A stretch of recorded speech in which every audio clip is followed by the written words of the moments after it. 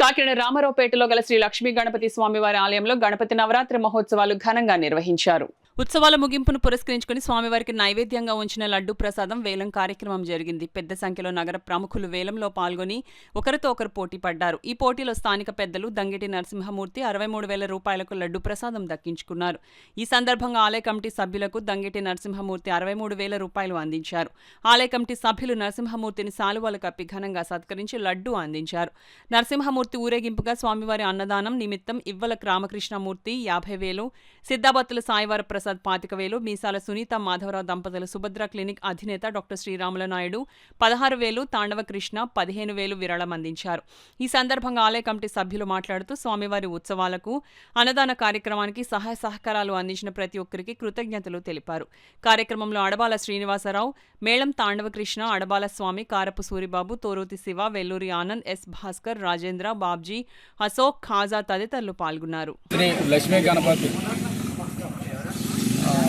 లడ్డు ఈ 2013 నుంచి ఈ లడ్డు పాట స్టార్ట్ అయింది.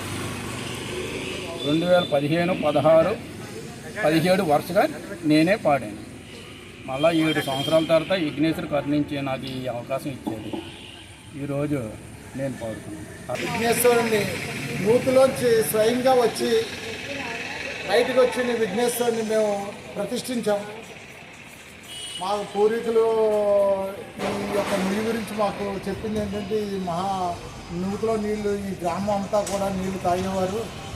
ఈ యొక్క నూతిలో నీళ్లు చాలా బాగుంటాయి అని చెప్పేసి మాకు చెప్పేవారు. అలాగే మేము కూడా కారణాలు ఈ నీళ్ళని వాడుకున్న తర్వాత మున్సిపాలిటీ వారి నూతిని కప్పెట్టేయడం జరిగింది. తర్వాత ఈ నూతిలోంచి మాకు కనబడే దేవుడు ఎవరంటే ఈ విఘ్నేశ్వరుడు మాకు కనబడ్డాడు. ఆ రోజు నుంచి 2013 నుంచి కూడా ఈ విఘ్నేశ్వరుని ఇక్కడ మేము ప్రతిష్ఠించడం జరిగింది. అప్పటి నుంచి కూడా ఆయన పూజలు చేస్తూ ఈ రోజు వరకు ఘనంగా జయప్రదంగా సాగిస్తూ వస్తున్నాం ఈ కమిటీ వాళ్ళందరూ కలిసి. అలాగే ఈ విఘ్నేశ్వరుడి ప్రసాదాన్ని ఎవరైతే స్వీకరిస్తారో అందరూ కూడా ఆరోగ్యంగా అందరూ బాగున్నారు. ఐశ్వర్యం కూడా అందరికీ లభించింది.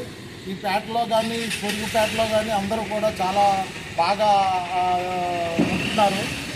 మేమంతా సుఖంగా ఉంటున్నాము. ఈ యొక్క ఆదాయం బట్టి మేము ఈ యొక్క అన్న ప్రసాదానికి వాడుతూ ఇలాగే వచ్చిన డబ్బునంతటినీ కూడా ఈ అన్నదానానికి ఉపయోగిస్తున్నాము.